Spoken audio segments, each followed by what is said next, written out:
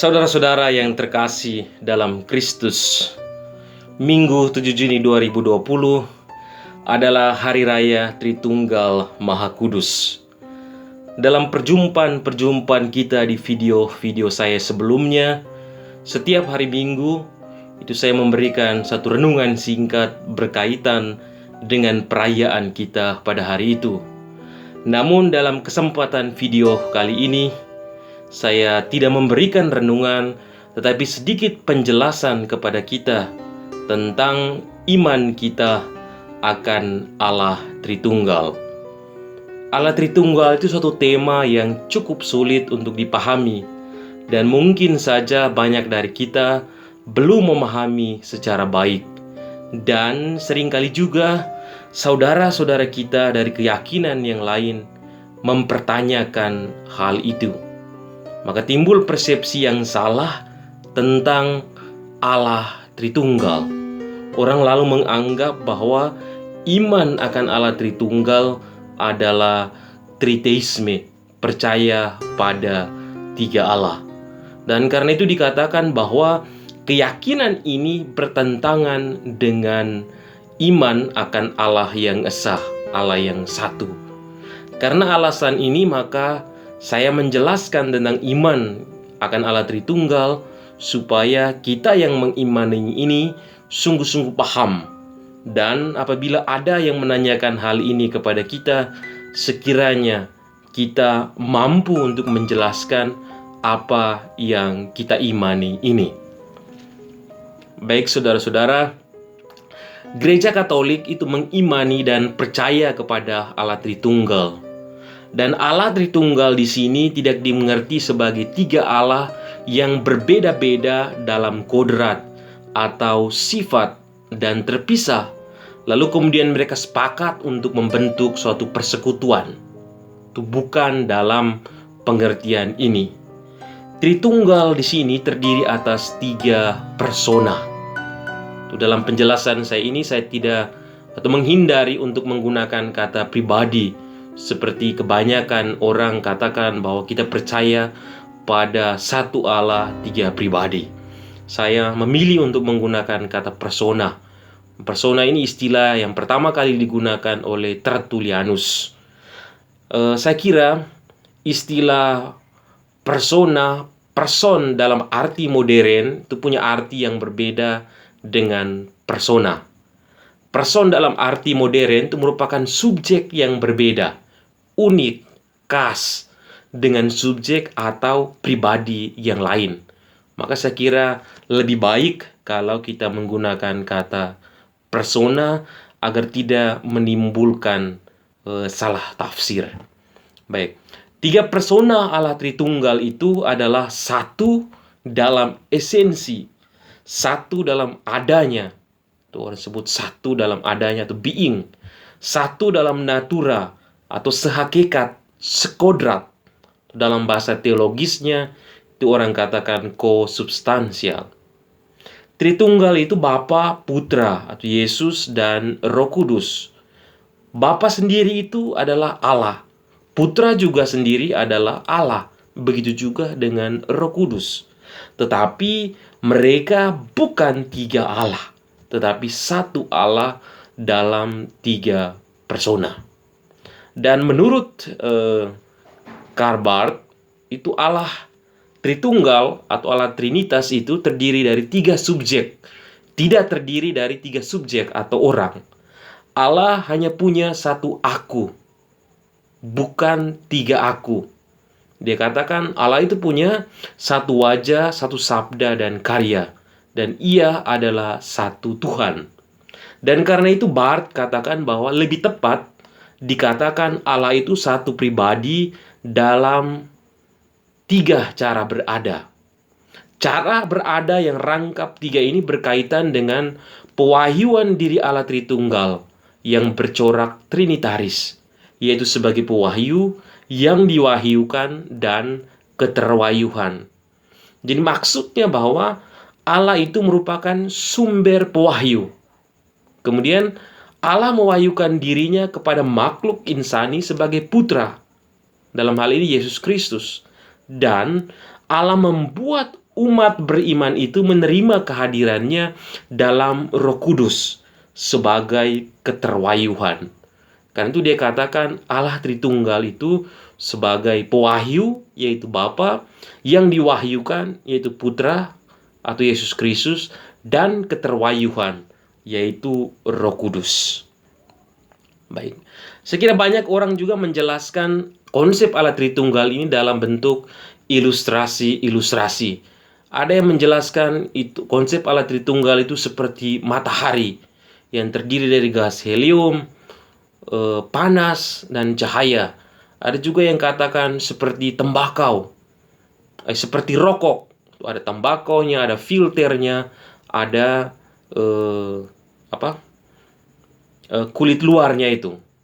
Tetapi saya kira memang ilustrasi-ilustrasi yang digunakan ini mempunyai kelemahannya di dalam dirinya masing-masing.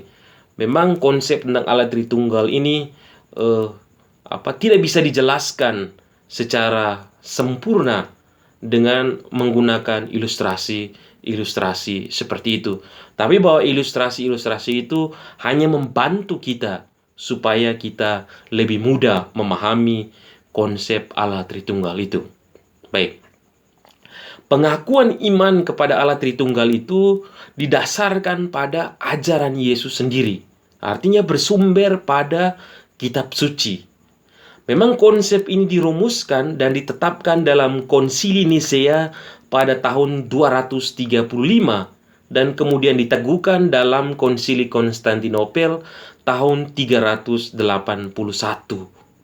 Karena itu tidak benar ada orang yang katakan bahwa konsep Tritunggal ini buatan manusia. Sehingga ada yang katakan bahwa Yesus itu bukan Allah. Dia baru ditetapkan sebagai Allah dalam Konsili Nisea dan Konstantinopel. Ya, saya katakan ini tidak benar. Jadi konsep Tritunggal dan keyakinan bahwa Yesus adalah Allah itu bersumber dari ajaran Yesus sendiri. Ia bersumber pada kitab suci. Dan konsili-konsili itu, antara Konsili Nisea, Konsili Konstantinopel, dan kemudian ada macam-macam konsili yang lain, itu dibuat sebagai jawaban terhadap ajaran sesat yang muncul pada waktu itu. Dan Konsili Nisea dan Konstantinopel dibuat untuk jawaban terhadap ajaran sesat Arianisme yang berkembang pada waktu itu, yang mengajarkan bahwa Yesus bukan Allah. Karena itu konsili-konsili itu bukan dibuat untuk menetapkan bahwa Yesus adalah Allah, untuk menetapkan konsep Tritunggal itu. Tapi konsep Tritunggal itu bersumber pada ajaran Yesus sendiri, ya, bersumber pada kitab suci. Kita lihat kitab suci menegaskan bahwa hanya Tuhan Allah di langit dan di bumi, tidak ada yang lain. Itu dalam Ulangan bab 4 ayat 39. Namun Allah yang tunggal itu terdiri dari 3 pribadi, yaitu Allah Bapa, Allah Putra, dan Allah Roh Kudus. Dan ketiga pribadi tersebut merupakan satu kesatuan. Ya, hal ini ditegaskan dalam 1 Yohanes bab 5 ayat 7. Atau kita lihat Yohanes bab 10 ayat 3. Di situ Yesus menunjukkan persatuan yang tak terpisahkan dengan Allah Bapa.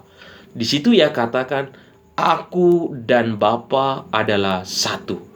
Atau dalam Yohanes bab 14 ayat 9, Yesus katakan, "Barang siapa telah melihat aku, ia telah melihat Bapa." Atau dalam peristiwa Yesus dibaptis di Sungai Yordan, atau Yesus dimuliakan di atas Gunung Tabor, di situ Allah Bapa sendiri menyatakan bahwa Yesus adalah anaknya yang terkasih. Saudara-saudara, selain menyatakan kesatuannya dengan Allah Bapa, Yesus juga menyatakan kesatuannya dengan Roh Kudus, yaitu roh yang dijanjikannya kepada para murid, dan disebutnya sebagai roh kebenaran yang keluar dari Bapa. Itu bandingkan Yohanes bab 15 ayat 26. Dan roh kebenaran itu adalah roh Yesus sendiri, sebab ia adalah kebenaran. Itu Yohanes 14 ayat 6. Yesus katakan, akulah jalan hidup, akulah jalan, kebenaran, dan hidup. Kesatuan ini ditegaskan kembali oleh Yesus dalam pesan terakhirnya sebelum ia naik ke surga. Itu dia katakan, pergilah, jadikanlah semua bangsa muridku dan baptislah mereka dalam nama Bapa dan Anak dan Roh Kudus. Karena itu, saya dapat katakan bahwa keseluruhan Kitab suci Perjanjian Baru itu mengajarkan tentang Allah Tritunggal.